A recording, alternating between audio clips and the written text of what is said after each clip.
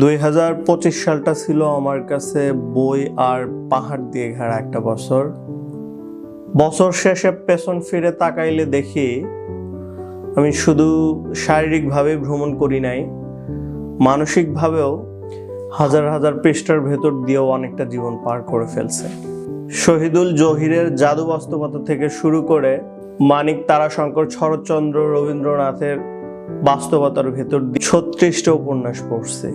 কখনো খোয়াবনামার তমিদের বাপের স্বপ্নে বিভোর হয়েছে, কখনো আরণ্যকের নির্জনতায় হারায় গেছে। প্রায় 6500 পেজ আমি পড়ছি। 6500 পেজ মানে তো শুধু পেজ না, কেবল কাগজ না। কত মানুষের জীবন, কত ব্যর্থতা, কত রাজনীতি, কত শত নিঃশব্দ কষ্ট, মানুষের দুঃখ কষ্ট, মানুষের ইতিহাস পড়ছে।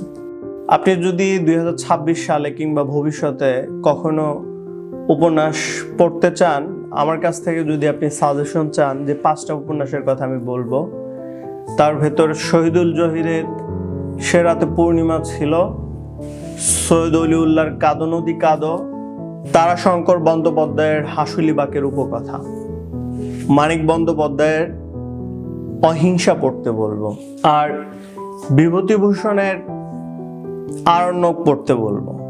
প্রত্যেকটা উপন্যাসই তো এখানে ভালো বলেই পড়ছে। মাস্ট রিডের কথা যদি বলেন, চিলেকোঠার সেপাই, খোয়াবনামা, বিষাদ সিন্ধু, পুতুল নাচের ইতিকথা, পথের পাঁচালী, গোরা, শ্রীকান্ত, এগুলো পড়ে দেখতে পারেন। 2025 সালে আমি খুব বেশি লিখতে পারি নাই, একটাই গল্প লিখছি। গল্পটার নাম নাস্তিক মুফতি নুরুলের পরিচয়। আপনারা চাইলে গল্পটা অনলাইনে সার্চ করে পড়তে পারবেন। একটু বড় গল্প, প্রায় 6500 শব্দের।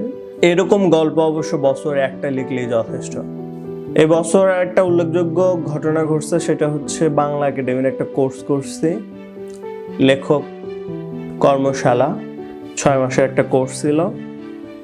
20 জন তরুণ কবি, লেখক, প্রবন্ধকার, নাট্যকার, গল্পকার, ঔপন্যাসিকদের সাথে 6 মাসের একটা লম্বা জার্নি।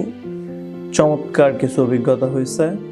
এবছর আমি লিখছি কম, কিন্তু আগের চেয়ে অনেক বেশি প্রস্তুত হয়েছে, এটা বলাই যায়।